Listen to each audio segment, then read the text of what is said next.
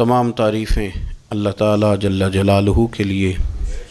درود و سلام نبی اکرم نور مجسم شفیع معظم احمد مجتبیٰ جناب حضرت محمد مصطفیٰ اعلیٰ تحیت و ثناء کی ذات والا صفات کے لیے حمد و صلات کے بعد، عزیز دوستو، بزرگوں اور بھائیوں، انسان کبھی کبھی اس طرح کرتا ہے کہ وہ اپنے لب و لہجے سے، گفتگو سے، میل ملاپ سے لوگوں کو مطمئن تو کر لیتا ہے، لیکن اس کی قلبی واردات کیا ہے، اس کے اندر تقویٰ کتنا ہے، نیکی کتنی ہے، پرہیزگاری کتنی ہے، اس سے وہ آگاہ ہوتا ہے۔ وہ بہت ساری چیزوں کو لوگوں سے چھپا تو لیتا ہے، لیکن اپنے آپ سے نہیں چھپا پاتا، اپنے رب کریم سے نہیں چھپا پاتا۔ پھر یہ ہوتا ہے کہ وہ جھوٹی تسلیوں سے اور اپنے نفس کی جھوٹی دلیلوں سے اپنے آپ کو راضی کرتے کرتے اس مقام پہ پہنچ جاتا ہے کہ وہ ٹوٹ کے بکھرنے کے قریب آ جاتا ہے۔ اسلام ایمان کی، عقیدے کی، روحانیت کی بات کرتا ہے، اور یہ ساری چیزیں انسان کے دل کے ساتھ تعلق رکھتی ہیں۔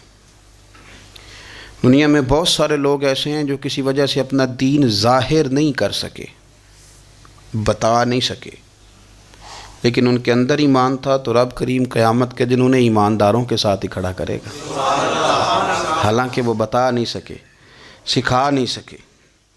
اللہ تعالیٰ انہیں ایمانداروں کے ساتھ ہی کھڑا فرمائے گا۔ تو یاد رکھنے کی بات یہ ہے، سمجھنے کی بات یہ ہے کہ اپنی قلبی واردات پر، اپنے دل پر، اپنے باطن کی کیفیات پر نظر رکھی جائے، اور جتنی کمزوریاں اور کوتاہیاں ہیں ان سے اپنے آپ کو بچایا جائے، اور بہت ساری ایسی چیزیں جو نقصان کا باعث ہیں، ہم کہہ کے اپنے آپ کو مطمئن تو کر رہے ہیں لیکن ہمارے دل کو، روح کو نقصان دے رہی ہیں، ان سے بچا جائے۔ قرآن حکیم فرقان حمید نے ارشاد فرمایا، سورہ ملک کے اندر فرمایا، وَأَسِرُّوا قَوْلَكُمْ، تم کوئی بات چھپا کے کرو، أَوْ اجْهَرُوا بِهِ، یا اعلانیہ کرو۔ اگر سمجھنے کے لیے انسان کو کوئی چیز درکار ہو نا، تو میرا خیال ہے کہ یہ آیہ کریمہ کافی ہو جائے اس کے لیے۔ فرمایا وَأَسِرُّوا قَوْلَكُمْ، تم کوئی بات بڑی چھپا کے کرو، أَوْ اجْهَرُوا بِهِ، یا اعلانیہ کرو، یہ سمجھ لو، اس پر غور کر لو کہ إِنَّهُ عَلِيمٌ بِذَاتِ الصُّدُورِ، رب تو دلوں کے حال جاننے والا ہے۔ تم اعلانیہ کرو یا چھپا کے کرو، وہ تو جانتا ہے، علیم بذات الصدور، وہ تو دلوں کے حال جاننے والا ہے۔ تم بے شک اونچا کرو، بے شک آہستہ بولو۔ آیت نازل کب ہوئی؟ شان نزول بھی بڑا انوکھا ہے۔ مشرکین مکہ رسول کریم صلی اللہ علیہ وسلم کے بارے میں معاذ اللہ باتیں کرتے تھے، تو حضور اللہ کے دیے ہوئے علم سے انہیں جان لیا کرتے تھے۔ ایک دن وہ باتیں کر رہے تھے، تو باتیں کرتے کرتے نا مشرکین مکہ نے عجیب بات کر دی، نادان تھے نا، جانتے نہیں تھے، عجیب بات کر دی، کہنے لگے آہستہ بولو، کہیں محمد صلی اللہ علیہ وسلم کا رب سن نہ لے، آہستہ بولو، اونچی بات نہ کرو، کہیں مصطفیٰ کریم علیہ السلام کا خدا سن نہ لے۔ تو اللہ نے آیت نازل کر دی، فرمایا نادانو وَأَسِرُّوا قَوْلَكُمْ أَوْ اجْهَرُوا بِهِ، آہستہ بولو یا اونچا بولو۔ اور شارحین نے، مفسرین نے لکھا ہے نہ بھی بولو، آہستہ بولو یا اونچا بولو، یا بے شک تم کوئی بات زبان سے ادا نہ بھی کرو، إِنَّهُ عَلِيمٌ بِذَاتِ الصُّدُورِ، رب تو تمہارے دلوں کے حال جاننے والا ہے۔ اسے تو پتہ ہے تم نے سینے میں کیا چھپایا ہے، حسد چھپایا ہے کہ رشک چھپایا ہے، عداوت چھپائی ہے کہ محبت چھپائی ہے، اسے تو پتہ ہے، اسے خبر ہے، اس لیے کہ وہ نظر ہی تمہارے دل پہ رکھتا ہے، اسے پتہ ہے تمہارے اندر کیا ہے۔ ہم لوگوں نے نا اپنی سارے معاملات دنیا داروں سے، لوگوں سے، یاروں سے، دوستوں سے وابستہ کر لیے۔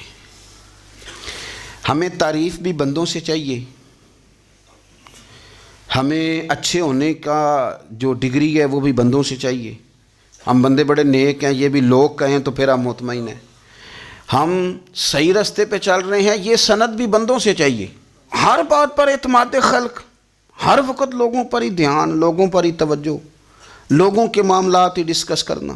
بھئی یہ تو تیرے ذمہ ہی نہیں. تجھے تو کہا گیا ہے کہ وَمَن يَتَوَكَّلْ عَلَى اللَّهِ، تو اپنے رب کی ذات پر بھروسہ کر. فَهُوَ حَسْبُ، وہ تیرے لیے دنیا میں بھی کافی ہو جائے گا، آخرت میں بھی کافی ہو جائے گا. وہ تیرے لیے کافی ہے تیرا رب رسول. تو اللہ رسول کی جانب توجہ کر. ہماری ساری معاملات بندوں کے ساتھ مطلب فلانے کو کیا مل رہا ہے، فلانا کدھر جا رہا ہے، فلانے کے پیسوں پہ میرا کتنا حق ہے، فلانا آگے نکل گیا، فلاں پیچھے رہ گیا، فلاں نے محبت سے نہیں دیکھا، فلاں نے یہ کر دیا. آپ ساتھ چھوڑیں. یہ تو ہر وقت تو ذکر آپ کو اللہ کا کرنا تھا. یا ایھا الذین آمنوا اذکروا اللہ ذکرا کثیرا وسبحوہ بکرۃ واسیلا. یہ جو آپ ہر وقت بندے کر رہے ہیں یہ تو آپ کو حکم ہی نہیں ہے. آپ نے تو ہر وقت اللہ اللہ کرنی تھی. تو جو کام کرنے کا تھا وہ چھوڑ دیا، جو نہیں کرنا چاہیے تھا اس پہ بحث شروع کر دی. پھر دل کے اندر مد و جزر خراب ہوتے ہیں، قلبی واردات بگڑ جاتی ہیں، حسد پیدا ہوتا ہے، انسان کو لالچ پیدا ہوتا ہے، انسان حریص ہو جاتا ہے، انسان لوگوں سے عداوتیں پال لیتا ہے. کبھی ایسا کام نہ کریں. شہد بڑا میٹھا ہوتا ہے. عرب کے اندر ایک درخت پایا جاتا تھا، ایلوا اس کو کہتے تھے. اس طرح ہمارے ہاں نیم نہیں ہوتی، کڑوا ترین اس کا ذائقہ ہوتا ہے. اور آپ کچھ دیر اس کو پانی میں ڈال دیں تو پانی بھی سارا کڑوا ہو جاتا ہے، چونکہ اس کے خمیر میں رب کریم نے کرواہٹ رکھی ہے اور حکمت ہے. اس کرواہٹ کا بھی اپنی جگہ فائدہ ہے. لیکن حضور سید عالم صلی اللہ علیہ وسلم نے نا ایک مثال بیان فرمائی اور وہ بڑی سمجھنے کی ہے. حضور مثالیں دیتے تھے تو کمال ہو جاتی تھی. بڑے سے بڑا ان پڑھ بندہ بھی اس کی روح تک بات اتر جاتی تھی. کریم محبوب علیہ السلام فرمانے لگے کہ اگر ایلوا درخت کے کچھ ٹکڑے شہد میں ڈال دیے جائیں نا تو شہد سے زیادہ میٹھی چیز کوئی نہیں ہوتی. تو حضور فرماتے ہیں کہ وہ ایلوا کا درخت جو ہے وہ شہد کو بھی بگاڑ دیتا ہے، اس میں کرواہٹ پیدا کر دیتا ہے. حالانکہ وہ بڑا میٹھا تھا، اپنی جگہ اس کی مٹھاس میں کوئی کسی قسم کی کمی نہیں تھی، لیکن وہ ایلوا کے درخت نے اسے بگاڑ دیا. اللہ کے محبوب فرماتے ہیں جس طرح ایلوا کا درخت شہد کو تباہ کر دیتا ہے نا، اس طرح حسد آدمی کے ایمان کو تباہ کر دیتا ہے. ایمان بڑی میٹھی چیز ہے، بڑی حسین چیز ہے، لیکن جب حسد آ گیا نا، حسد ہے کیا؟ حسد بندوں سے نہیں ہوتا، یہ سمجھ لیں. حسد کا مطلب، حسد کی لغوی تعریف یہ ہے کہ یہ سمجھ لینا کہ یا اللہ اسے نہیں دینا چاہیے تھا، مجھے دینا چاہیے تھا. یہ تعریف ہے. تو حسد ہوتا کس سے؟ حسد دراصل بندے پہ نہیں کیا جاتا. حسد کا معنی یہ ہے کہ آپ اللہ کی تقسیم پر اعتراض کر رہے ہیں. آپ کا کہنا یہ ہے کہ یا اللہ یہ تقسیم ٹھیک نہیں ہوئی، معاذ اللہ یہ ادھر چلا گیا، یہ تو ادھر آنے والی چیز تھی. تو یہ آپ نے ڈائریکٹ جو مقابلہ شروع کیا، معاذ اللہ یہ تو آپ نے اللہ کی تقسیم کے ساتھ شروع کر دی. تو پھر دل میں بگاڑ آتا ہے، پھر انسان ٹوٹ پھوٹ کا شکار ہوتا ہے، پھر وہ کمزور پڑ جاتا ہے، پھر وہ ایسی باتیں کرتا ہے جو اس کے منصب کے مطابق نہیں ہوتی، کچی بات کرتا ہے، کمزور بات. اللہ بہتر جانتے ہیں کون سی چیز اس نے کہاں رکھنی ہے. رب کی حکمت پر اور اس کی دی ہوئی توفیق پر راضی رہنا ایمان کا تقاضا ہے. لیکن ہمیں تو چاہیے تقسیم اپنی مرضی کی. ادھر کیوں چلا گیا، ادھر آنا چاہیے تھا. بھئی آپ کو یہ کس نے حق دیا ہے؟ مالک نے جو چاہا، جب چاہا، جہاں چاہا اپنے فضل سے عطا فرمایا. حسد، اور پھر اس کے اگر کوئی حسد نہیں کرتا تو لالچ شروع کر دیتا ہے. وہ کہتا ہے کہ یہ جو اس کا مال ہے اس میں میرا بھی حق تھا، یہ تو مجھے ملنا چاہیے تھا. آپ یقین کریں کہ بندے بندوں سے کم پیار کرتے ہیں، جیبوں سے زیادہ پیار کرتے ہیں. اس بندے کو تو کوئی نقصان نہیں جس کے ساتھ آپ نے تعلق رکھا ہوا ہے جیب کا، لیکن آپ بڑے کمزور ہو گئے. آپ جب لالچ کر لیا، نفسانیت میں آ گئے تو آپ کمزور پڑ گئے. آپ نے مطلب کیا، آپ کا کیا خیال تھا کہ رب کی بارگاہ سے کوئی کم ملنے والا تھا جو بندوں پہ اتنی توجہ کر لی؟ حضرت بہلول دانا رحمۃ اللہ علیہ نے کیا خوبصورت انداز ہے. رب کریم کے بندوں کی باتیں اللہ کے لشکروں میں سے لشکر. کیا سوچ تھی، کیا نظریہ تھا. کیوں یہ لوگ اتنے مضبوط تھے؟ فکری طور پر مضبوط تھے، فکری طور پر. ہارون رشید حج کر کے واپس آ رہا ہے. حضرت بہلول دانا راستے میں بیٹھے ہیں، ملاقات ہو گئی، کہنے لگا حضور کوئی حکم ہو تو بتائیے گا۔ فرمانے لگے کوئی نہیں، تو جا اپنا کام کر۔ بادشاہ ہے، یا کسی کو کارڈ مل جائے تو وہ لوگوں کو دکھاتا پھرتا ہے، وزیر صاحب نے خود دیا ہے۔ بادشاہ وقت خود کہہ رہا حضرت کوئی حکم ہو تو؟ فرمایا نہیں، اللہ خیر کرے گا۔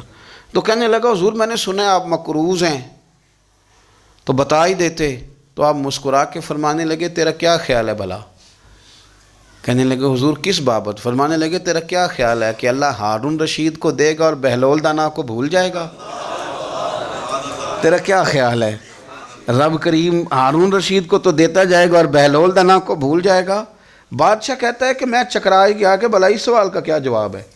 تو میں نے کہا حضور رب تو بھولنے سے پاک ہے، وہ تو کسی کو نہیں بھولتا، اسے نہ اونگ آتی ہے نہ نیند آتی ہے۔ تو فرمانے لگے جا پھر اپنا کام کر، جب مناسب سمجھے گا تو بہلول کو بھی قرضے سے نجات عطا کاری دے گا۔ تو جا اپنی ڈیوٹی کر، وہ جب چاہے گا نا تو میرے قرضے دور۔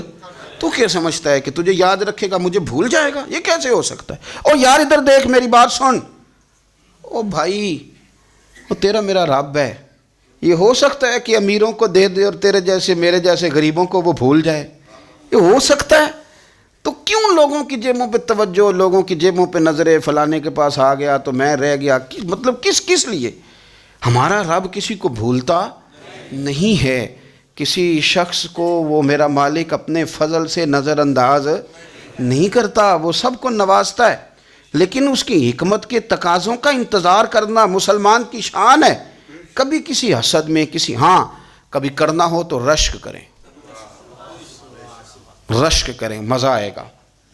اور یہ رشک کرنے کا رشک کا معنی کیا ہے؟ حسد کا معنی یا اللہ اسے نہیں دینا چاہیے تھا، مجھے دینا چاہیے تھا، اور رشک کا معنی یا اللہ تو نے دیا ہے، کیا بات ہے، اسے دیا تو کیا بات، اگر تو نے دیا تو مالک جچا بھی ہے، اگر تو نے دیا ہے تو نظر بھی آیا ہے، اگر تو نے دیا ہے تو پھر کیا بات ہے، کمال ہو گئی، وہ نظر آ رہا ہے۔ اور یا اللہ اسے دیا ہے تو میں بھی تیرا بندہ ہوں، اسے بھی اور دے اور مجھے بھی عطا فرما۔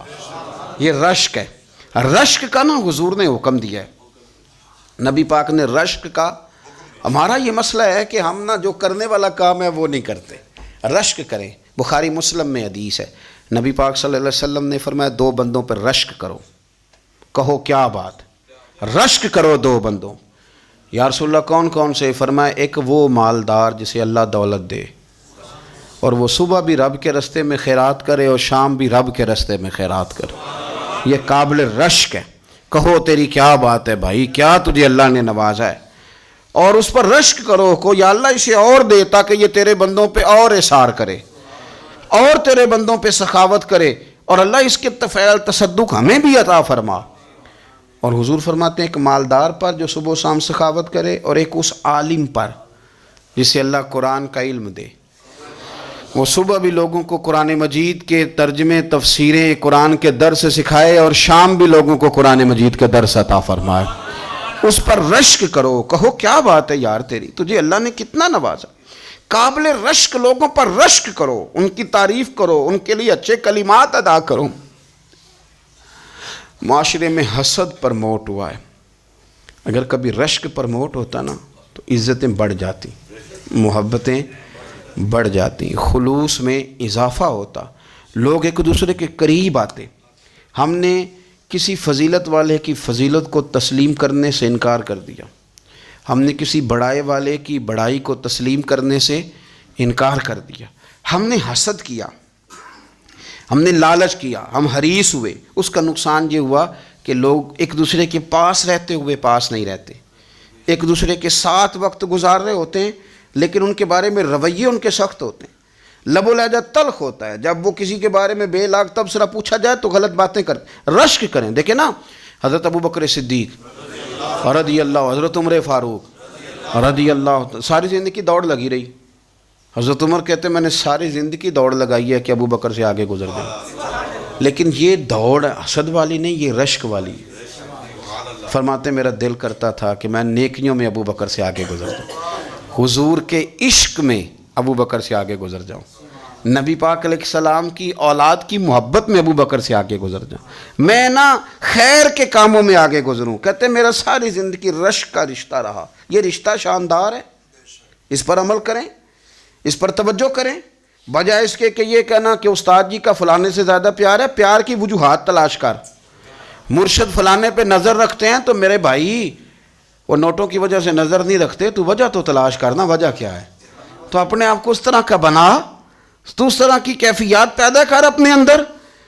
ہم کیا کرتے ہیں کہ رشک کرنے کی بجائے حسد کرتے ہیں. حسد نہیں کریں، اپنے آپ کو سنواریں، وہ رشک کی وجہ سے آپ سنوار سکتے ہیں. نبی پاک علیہ السلام کی پیاری زوجہ ام المومنین سیدہ عائشہ صدیقہ، بڑی شان ہے اس خاتون کی، بڑی عظمت ہے ان راہوں کے صدقے جن رستوں سے سیدہ پاک کی سواریاں گزرا کرتی. کیا درجہ اللہ نے دیا ہے سیدہ عائشہ صدیقہ کو. کہتی ہیں حضور کا وصال میری گود میں ہوا ہے. اور مولا علی شیر خدا فرماتے ہیں میں نے حضور کو سب سے زیادہ عائشہ صدیقہ سے پیار کرتے ہوئے دیکھا. اور عائشہ صدیقہ رضی اللہ تعالیٰ عنہ فرماتی ہیں میں نے حضور کو سب سے زیادہ فاطمہ الزہرا سے پیار کرتے دیکھا. یہ الگ ماحول ہے ان کا آپس میں. تو حضرت عائشہ صدیقہ اتنا بڑا مقام، لیکن وہ فرماتی ہیں میں نے ساری زندگی سیدہ خدیجۃ الکبریٰ پر رشک کیا. میں نے کہا کیا بات تھی اس خاتون کی جو وصال کر گئیں، لیکن شاید کو دن خالی جاتا ہو کہ مدینے والے ان کی وفاؤں کا ذکر نہ کرتے. شاید کوئی خالی دن جاتا. کہتی ہے میں نے اتنا قابل رشک ماحول نہیں دیکھا. ایک دن حضور گھر میں گوشت لائے اور مجھ سے فرمایا عائشہ گوشت پکاؤ. تو میں اسے صاف کرنے لگی تو حضور فرمانے لگے شوربہ ذرا زیادہ کرنا. تو میں نے عرض کی حضور کیا کچھ مہمان آئیں گے گھر میں؟ تو فرمایا نہیں عائشہ، مدینہ منورہ میں نا مجھے پتہ چلا ہے خدیجۃ الکبریٰ کی کچھ سہیلیاں آئی ہیں، تو شوربہ بنا، میں انہیں پہنچاؤں گا. خدیجہ کی سہیلیوں کو شوربہ زیادہ پکا ذرا. تو حضرت عائشہ صدیقہ کہتی ہے میں نے بڑے نرم لب و لہجے میں بڑی بنا سوار کے مسجع مکفہ چن کے جملے بات کی. میں نے عرض کی حضور سنا ہے وہ آپ سے 15 سال عمر میں بڑی تھیں، نکاح بھی پہلے ہو چکا تھا، اور بتاتے ہیں لوگ کہ بظاہر کوئی حسن و جمال بھی اس ماحول کا نہیں تھا. حضور اللہ نے آپ کو جوان اور خوبصورت بیویاں دی ہیں، پر میں جب بھی سنتی ہوں جناب خدیجہ کا ذکر ہی سنتی ہوں. میں نے رشک کے انداز میں کہا. کہتی میں بات کیا کہ خاموش ہو گئی، اور جب میں نے نظر اٹھا کے دیکھا تو حضور کی آنکھوں میں آنسو.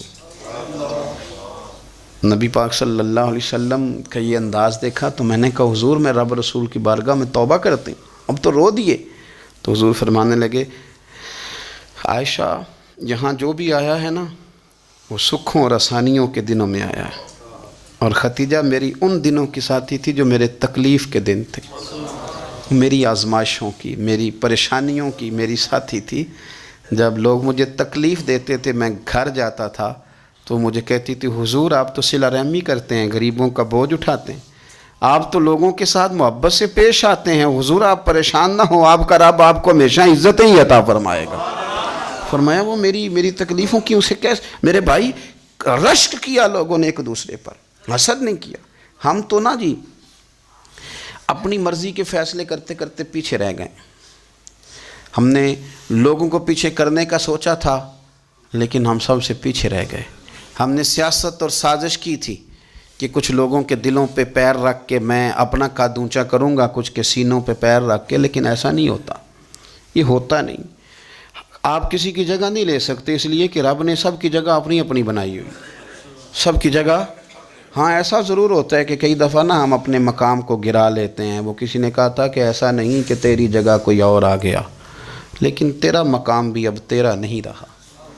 ہوتا یہ ہے کہ ہم نہ گرا لیتے ہیں اپنے آپ کو. اگر ہم رشک کا ماحول پیدا کریں، رشک کا، اور ہم کہیں کہ کیا بات ہے میں بھی سفر کروں گا، اس جانب جاؤں گا، بجائے یہ کہنا کہ فلاں آدمی بڑا آگے نکل گیا ہے، یہ کر کے نکل گیا ہے، وہ کر کے نکل گیا ہے، یہ کہنا کہ یار میں بھی رب کریم کی اس مدد کو تلاش کرتا ہوں جس کی برکت سے اللہ نے اس پر فضل فرمایا. امام غزالی فرماتے ہیں 3 لوگوں میں حسد زیادہ ہوتا ہے، بغض زیادہ پیدا کر لیتے ہیں. اب چونکہ مضمون ہے تو ساری بات کھول کے ہی کرنی پڑے گی نا.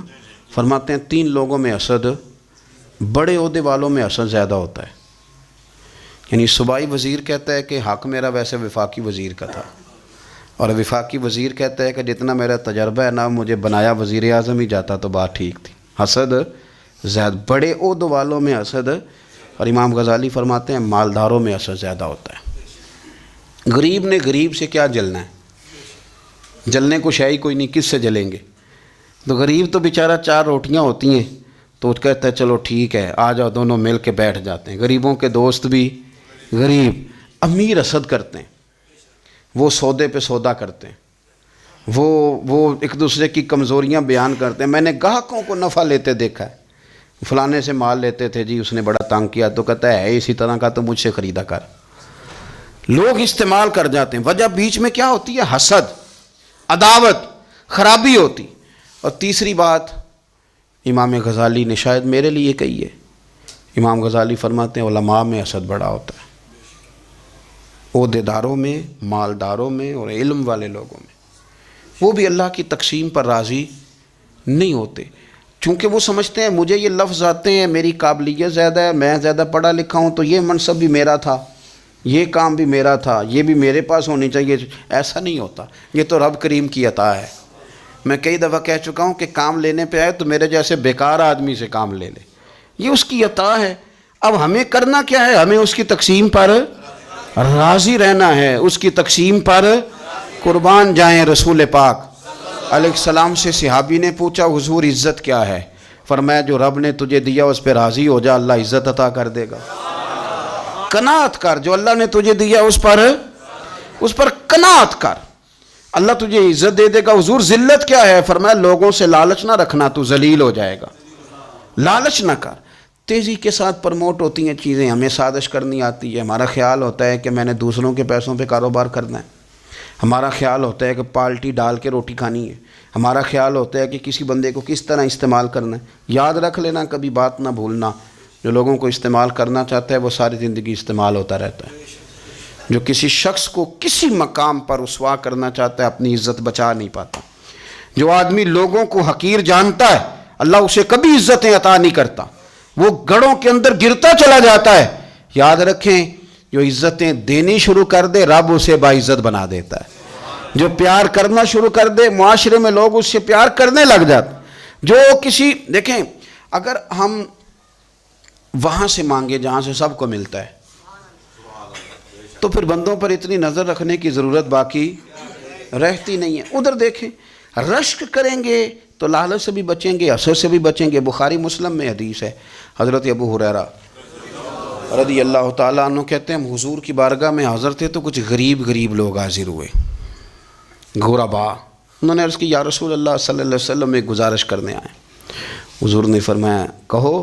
کہ یا رسول اللہ امیر تو ہم سے آگے نکل گئے۔ حضور نے فرمایا کس بات میں؟ عرض کی حضور نمازوں میں نہیں ہم گزرنے دیتے، اتنے نفل وہ پڑھتے ہیں اتنے ہم بھی پڑھ لیں گے۔ صحیح بتانا صحیح، آج کل یہ نمازوں کا مقابلہ بھی ہے کہ نفل میں نے زیادہ پڑھنے، عبادت میں نے۔ ہمارے صاحب رحمۃ اللہ علیہ فرمایا کرتے تھے آستانوں پہ گدی نشینوں کا تو رولا ہوتا ہے، اللہ اللہ کرنے کا رولا نہیں ہوتا۔ یہ تو شور ہوتا ہے کہ سجادہ میں ہوں سجادہ، اور سب نے کوئی نہ کوئی کہانی سنائی ہوتی، کہتے نہیں ابا جی مجھے کہہ گئے تھے کان میں، دوسرا کہتا نہیں مجھے لکھ کے دے گئے تھے، تیسرا کہتا تمہیں تو پتہ ہی نہیں، تم تھے ہی نہیں، عمرے پہ تو میرے ساتھ گئے تھے، جو میرے ساتھ ان کا معاہدہ ہوا وہ خانہ کعبہ میں ہوا ہے، لہذا میرا پہلا نمبر ہے۔ سب کے پاس کوئی نہ کوئی معاملہ ہوتا ہے، یہ سارے کام کوئی ضروری نہیں۔ ضروری کیا ہے کہ وہ جو کہتے تھے کرو، جس نے سب سے زیادہ کر کے دکھایا ہے وہ زیادہ جانشین ہے، وہ زیادہ جانشین ہے جس نے زیادہ کر کے دکھایا ہے۔ معاملہ تو یہ ہے کہ اس رستے پہ کس نے چلنا ہے۔ لوگ تو سجادہ نشینی سے بھاگا کرتے تھے، بھاگتے تھے۔ حضرت ابو بکر صدیق رضی اللہ تعالیٰ عنہ کا وصال ظاہری ہوا تو حضرت عمر خلیفہ بنے، تیسرا دن تک خلیفہ بنے ہوئے، 2-3 چھوٹی چھوٹی بچیاں آ گئیں، چاچا جان آپ خلیفہ بنے؟ فرمایا ہاں۔ چلو پھر عصر کے بعد ابو بکر ہمارے گھر جاتے تھے۔ فرمایا پتر تمہارے گھر کیا ہے؟ کہنے لگی ہم یتیم ہیں، ہمارا بھائی کوئی نہیں۔ ابو بکر روز عصر کے بعد آتے تھے، ہماری بکریوں کا دودھ دھو کے ہمیں دے جاتے تھے، کچھ بیچ کے گزارا کر لیتی تھیں، کچھ پی لیتی تھیں۔ چچا 3 دن ہو گئے، میری اماں بھی روتی ہے، بہنیں بھی روتی ہیں، آپ چلیں گے؟ تو جناب سیدنا عمر فاروق کہتے ہیں میں نے دستار سر پہ رکھی اور پٹکا میں نے اپنے کندھے پہ رکھا، بیٹیاں آگے آگے میں پیچھے پیچھے روتے جا رہے ہیں۔ ایک صحابی نے پوچھا عمر کیوں رو رہے ہو؟ کہنے لگے یار یہ ابو بکر کتنا مشکل رستہ دے کے گیا، کتنا مشکل رستہ ہے اس کے طریقے پہ چلنا۔ یہ لوگ تو سجادہ نشینی اتنا کٹھن کام تھا، لوگ بھاگا کرتے تھے۔ شوق آ گیا اب رسول کریم علیہ السلام کے حضور ناز حاضر ہو کے عرض کی حضور امیر آگے گزر گئے، نمازوں میں نہیں ہم گزرنے دیتے، ہم ان سے زیادہ پڑھیں گے، نفلوں میں نہیں گزرنے دیتے، زیادہ پڑھیں گے۔ یا رسول اللہ صلی اللہ تعالی علیہ وسلم، ہم انہیں نا تلاوت قرآن پاک میں نہیں آگے گزرنے دیں گے، وہ ہم زیادہ پڑھیں گے، لیکن حضور وہ مالدار ہیں، غلام آزاد کرتے ہیں، صدقات کرتے ہیں، خیرات، اس کا ہم کیا کریں؟ حضرت سیدنا ابو ہریرہ فرماتے ہیں کہ جواب تو حضور نے بعد میں دینا تھا، پر جب ان کا سوال ختم ہوا تو میں نے حضور کا چہرہ نور دیکھا تو رسول پاک کا چہرہ خوشی سے کھلتا ہوا مجھے نظر آیا۔ گویا یہ جو رشک ہے نا کہ نیکی میں آگے گزرنا، یہ حضور کو اتنا پسند آیا کہ ان کے سوال سے ہی حضور بڑے راضی ہوئے۔ کریم فرمانے لگے، حضور فرمانے لگے میں تمہیں ایک وظیفہ بتاتا ہوں، تم وہ پڑھو، امیر جتنی بھی نیکیاں کریں گے نا اللہ تمہیں ان کے برابر ثواب دے دے گا، لے لو نسخہ، یہ کرو کام۔ یا رسول اللہ بتائیں، فرمائے رات کو نا 33 بار سبحان اللہ پڑھا کرو، 33 بار الحمدللہ پڑھا کرو، 34 بار اللہ اکبر پڑھا کرو۔ اب جتنی بھی نیکیاں امیر کریں گے نا تمہارے وظیفے کی برکت سے اللہ تمہیں ان کے برابر ثواب عطا کر دے۔ اب جناب ابو ہریرہ کہتے میں نے ان کے چہرے دیکھے تو مجھے یوں محسوس ہوا کہ جس طرح کسی بندے کی کھوئی ہوئی رقم مل جائے تو وہ راضی نہیں ہوتا، کھوئی ہوئی رقم مل جائے تو بڑا جیسے کوئی اس کے ہاتھ، چلیں اپنا ترجمہ کر لیتے ہیں، کمیٹی نکلنے پہ نہیں بندہ بڑا راضی ہوتا کہ 11 مہینے سے دے رہا تھا، 10 مہینے سے چلو نکل ہی آئی ہے، شکر ہے اللہ کا، بڑا خوش ہوتا ہے بندہ، بڑا راضی ہوتا ہے۔ اس طرح ان لوگوں کے چہرے کھل اٹھے، کیا بات ہے حضور، بس اب نہیں ہم گزرنے دیتے۔ گھر چلے گئے، وظیفے پڑھنے لگے۔ کچھ دنوں کے بعد ان میں سے کچھ لوگ واپس آئے۔ حضرت ابو ہریرہ کہتے ہیں مجھے چونکہ وہ پرانی بات یاد تھی تو میں دلچسپی سے ان کا آنا جانا دیکھنے لگا۔ وہ کریم کی بارگاہ میں آ کے بیٹھے تو ان میں سے ایک شخص بڑی پریشانی کے ساتھ کہنے لگا حضور بڑی پریشانی لگ گئی۔ فرمایا کیا ہوا؟ عرض کی یا رسول اللہ صلی اللہ علیہ وسلم وہ جو آپ نے وظیفہ بتایا تھا نا، میرے کچھ پڑوسی امیر ہیں وہ تو انہوں نے بھی سن لیا ہے حضور، رات میں نے سنا ہے وہ مالدار بندہ ہے، صدقے خیرات بھی بڑے کرتا ہے، غلام بھی بڑے آزاد کرتا ہے، پر وہ بھی سوتے وقت 33 بار سبحان اللہ پڑھ رہا تھا، وہ تو اس نے بھی سن لیا حضور، وہ بات یہاں سے نکلی ہے، جانے کہاں کہاں پہنچ گیا تو وہ بھی پڑھ رہا تھا حضور، اب کیا بنے گا؟ تو کہتے ہیں اس کے سوال پر بھی میرے حضور بڑے ہی مسکرائے، باقاعدہ دہک ہو گیا حضور کے، دہک ہو گیا، سرکار کھول کے نہیں مسکراتے تھے، لیکن آج حضور اتنا مسکرائے کہ میں نے حضور کے مقدس دانتوں کی زیارت کر لی، دہک ہو گیا باقاعدہ حضور کا۔ حضور فرمانے لگے انہوں نے بھی سن لیا حضور، اور سن کے پڑھنا بھی شروع کر۔ اب بات کو سمجھیں کہ کسی امیر نے یہ نہیں کہا کہ یہ تو غریب کے لیے وظیفہ تھا، میں کہتا ہوں اللہ اللہ کا مزاج ہی نہیں، مزاج یہ کہ سیاست کیسے کرنی ہے، چکر کیسے چلانا ہے، کوئی کہانی کیسے سنانی ہے، ادھر ان کو ملا، حالانکہ بات تو غریبوں سے ہو رہی تھی، حضور وہ تو انہوں نے بھی پڑھنا شروع کر دیا۔ اب ہم کیا کریں؟ تو رسول کریم نے فرمایا وہ بھی پڑھ رہے ہیں، حضور پڑھ رہے ہیں، تو فرمایا ذالک فضل اللہ یؤتیہ من یشاء، بھائی پھر یہ تو اللہ کا فضل ہے نا، وہ جسے چاہے عطا کرے۔ اب یہ حضور نے کہہ دیا تو حضرت ابو ہریرہ کہتے ہیں میں نے پلٹ کر ان لوگوں کے چہرے دیکھے، قربان جائیں، میں نے پھر ان کے چہروں پر اطمینان دیکھا، میں نے سکون دیکھا، اس لیے کہ وہ سمجھ گئے جب رب فضل کرے تو پھر فضل کے معاملے میں اللہ کے بندے بحث نہیں کیے کرتے، وہ مطمئن ہو کے گئے، کہنے لگے حضور پھر ٹھیک ہے، اگر مالک اس طرح تقسیم کر رہا ہے تو پھر ہم راضی ہیں اپنے رب کریم کی رضا پہ۔ اپنی زندگی جب آپ بڑی محبت سے قرب و جوار سے تشریف لاتے ہیں، میں قرآن و سنت کے بہت سارے عنوانات دیکھ کے آپ کی خدمت میں ایک بات عرض کروں، اپنی ساری توجہ اپنے رب رسول کی جانب مائل کریں۔ جتنا آپ دائیں بائیں دیکھیں گے نا اتنا گاڑی کے ٹکرانے کا خطرہ بڑھ جائے گا، وسوسے زیادہ آئیں گے، الجھ جائیں گے۔ اتنا زیادہ دائیں بائیں نہ دیکھیں، یہ کیا کر رہا ہے، فلانا کیا کر رہا ہے، فلانے کا یہ معاملہ کس طرح کا تھا، نہ نہ نہ، آپ توجہ اللہ کی جانب رکھیں۔ دیکھیں میرا اور میرے رب کا معاملہ ٹھیک چل رہا ہے، اللہ رسول کے ساتھ میرے معاملات ٹھیک ہیں، یہاں تو آپ کسی کی اصلاح کریں گے، دعوت دیں گے یا دعا کریں گے، تنقید کی تو ویسے دین میں اجازت نہیں ہے، آپ نے یہاں کسی کی اصلاح کرنی اور وہ درد کے ساتھ کرنی، اور یہاں کسی کے لیے دعا کرنی ہے کہ یا اللہ اس بندے پہ رحم فرما، اسے بدل دے۔ تنقید کی اور طنز کی تو اجازت اپنا معاملہ رب کریم کے ساتھ، ہماری سوچیں کس طرح کی ہیں، ہمارے اندر ماحول کس طرح کا ہے، وہ چونکہ دلوں کے حال جانتا ہے. اور نبی پاک صلی اللہ علیہ وسلم نے فرمایا نہ تمہاری جیبیں دیکھتا ہے نہ تمہارے چہرے دیکھتا ہے، وہ تو جب دیکھتا ہے تمہارا دل دیکھتا ہے. اس کی کیفیت کیا ہے؟ حضرت انس بن مالک رضی اللہ تعالیٰ عنہ فرماتے ہیں، اس حدیث کو یاد رکھیے گا، حافظ منذری نے ترغیب و ترہیب میں لکھی ہے. فرماتے ہیں کہ حضرت انس بن مالک رضی اللہ تعالیٰ عنہ فرمانے لگے کہ ایک حضور کے ایک غلام، ایک صحابی بیمار تھے، تو حضور نے فرمایا انس چلو تیمارداری کرتے ہیں. کہتے ہیں ہم حضور کے ساتھ گئے، نبی پاک صلی اللہ علیہ وسلم پہنچے. جب ہم نے اس شخص کو دیکھا تو حضرت انس کہتے ہیں ہم پریشان ہو گئے، چونکہ ہم نے اسے بڑا صحت مند دیکھا تھا، وہ کمزور ہو گیا، وجود پر بہت سارا گوشت دیکھا تھا. اب ہم دیکھ رہے ہیں کہ وہ ہڈیاں ہی ہڈیاں رہ گئی ہیں، چہرہ بڑا بارونق تھا، اب کمزوری ہو گئی. رسول کریم تشریف لے گئے اور حضور اس کی چارپائی کے سرہانے بیٹھے، اور جب حضور نے اپنا دست مبارک اس کے بالوں میں رکھا اور نبی پاک نے دست شفقت پھیرا تو کہتے ہیں اس شخص نے آنکھیں کھولی اور حضور کا چہرہ دیکھا تو اس کی خوشی کی کوئی انتہا نہ رہی، بڑا راضی ہوا، بڑا راضی. اور حضور نے اس کے لیے دعا کی، اس دعا پر بھی اسے بڑا اطمینان قلبی نصیب ہوا. کہتے ہیں حضور اکثر تیمارداری فرماتے تھے، پر آج نہ حضور نے ایک نرالی، انوکھی اور انفرادی بات ارشاد فرمائی. حضور نے فرمایا تو بڑا صحت مند تھا، کمزور ہو گیا، بڑا طاقتور تھا تو ضعیف ہو گیا، ایک سوال کا جواب تو دے. یا رسول اللہ فرمائیے. تو حضور فرمانے لگے اس حالت میں جب تو شدید بیمار اور تکلیف میں، یہ بتا کہ اس وقت تیرا اپنے رب کے بارے میں گمان کیا ہے. حضرت انس کہتے ہیں پہلے حضور بیماروں سے یہ سوال نہیں پوچھتے تھے، آج پوچھا، کیونکہ صحت میں لوگوں کی زبان پہ شکر ہوتا ہے اور بیماری میں شکوے ہوتے ہیں، معاذ اللہ. اس وقت اللہ کے بارے میں یہ سوچ حضور نے ہمیں دی ہے. ہم نے ہر وقت یہ ذہن بنانا ہے کہ یہاں رب کریم کے بارے میں کیا تصورات پل رہے ہیں، آوازیں کیا اٹھ رہی ہیں، اس وقت تیرا اللہ کے بارے میں گمان کیا ہے. تو جناب انس بن مالک کہتے ہیں اس نے ہمیں اشارہ کیا کہ مجھے اٹھا کے بٹھاؤ. ہم نے بٹھایا تو کہتے ہیں پھر اس نے اپنی آنکھیں کھولی اور حضور کے چہرے نور پر نظر کر کے نظر جھکا لی.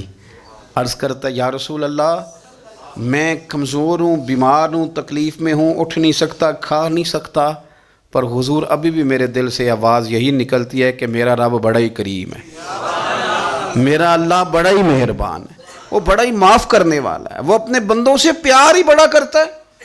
آپ میری بات کو سمجھیں، کیفیت کیا ہے اور الفاظ کیا ہیں. حضور وہ مجھ سے بڑی محبت کرتا ہے، بڑے پیار والا ہے. یہ لفظ کہتے کہتے آواز بھرا گئی، آنسو نکل آئے. پھر اس نے تکلیف زیادہ محسوس کی تو وہ لیٹ گیا اور پھر اس نے حضور کے چہرے نور پہ نظر ڈالی، کلمہ پڑھا، روح ہی پرواز کر گئی. حضرت انس بن مالک فرماتے ہیں ہم اس کے گھر سے نکلے اور جب حضور اس کے کمرے سے باہر آئے تو رسول کریم نے پلٹ کر رک کر پھر پیچھے دیکھا اور فرمایا انس اگر کسی جنتی کی زیارت کرنی ہے تو میرے اس غلام کا چہرہ دیکھ لو.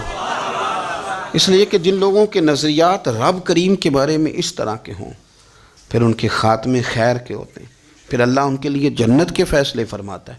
اپنے افکار میں، نظریات میں، سوچوں میں کوئی ضروری نہیں ہے کہ ہم لوگوں کو دو لفظ کہہ کے مطمئن کر لیں تو ہم خود ضمیر کے قیدی بن کے زندگی گزار دیں. یہ معاملہ ٹھیک نہیں، یہ صحیح نہیں چلتا. آپ اپنی قلبی واردات پر، قلبی خیالات اور تصورات پر کڑی نگرانی رکھیں گے. آپ دیکھیں گے کہ کہاں یہ مجھے خرابی کی طرف لے کر کے جا رہا ہے، کہاں یہ بدگمانیاں پیدا کر رہا ہے، کہاں یہ خرابیاں لا رہا ہے. یہ سختی پیدا کر دے گا، نفرتوں کو، لالچ کو، حسد کو، عداوت کو یہ بڑھا دے گا. آپ اپنے معاملات پر اپنے دل کو ہمیشہ حاضر رکھیں. اللہ اپنے محبوب کا صدقہ فضل کرے، وہ مقلب القلوب ہے تو وہ ہمارے دلوں کو اپنی طرف پھیر دے. آخر دعوانا ان الحمدللہ رب العالمین.